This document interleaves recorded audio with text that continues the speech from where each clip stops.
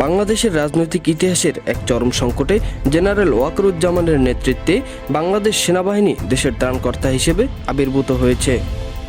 17 বছরের স্বৈরশাসনের অবসান ঘটিয়ে 36শে জুলাই বিপ্লবের চূড়ান্ত মুহূর্তে তিনি পেশাদারিত্বের এক অনন্য দৃষ্টান্ত স্থাপন করেন।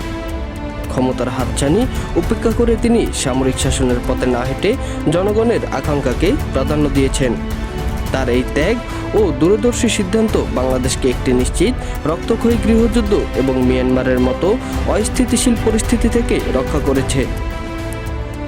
বিপ্লব পরবর্তী সময়ে পুলিশবিহীন অরাজক পরিস্থিতিতে থানা ও সরকারি স্থাপনা পাহারা দিয়ে সেনাবাহিনী জনমনে আস্থার প্রতীক হয়ে ওঠে।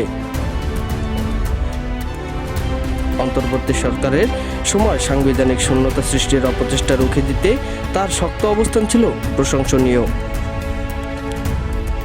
সবথেকে উল্লেখযোগ্য বিষয় হলো, যখন একটি গোষ্ঠী অনির্দিষ্টকালের জন্য নির্বাচন পেছানোর দাবি তুলেছিল, তখন জেনারেল ওয়াকার 18 মাসের মধ্যে নির্বাচনের প্রতিশ্রুতি দিয়ে গণতন্ত্রের পথ প্রশস্ত করেন। শত বাধা ও উস্কানি সত্ত্বেও 17 মাসের মাথায় একটি উৎসবমুখর ও সুষ্ঠু নির্বাচন উপহার দিয়ে তিনি প্রমাণ করেছেন যে দেশপ্রেম ও প্রতিষ্ঠান তার কাছে সবকিছুর ঊর্ধ্বে। তার এই আপোষহীন ও বিজ্ঞ জনচিত নেতৃত্ব বাংলাদেশের ইতিহাসে স্বর্ণাক্ষরে লেখা থাকবে।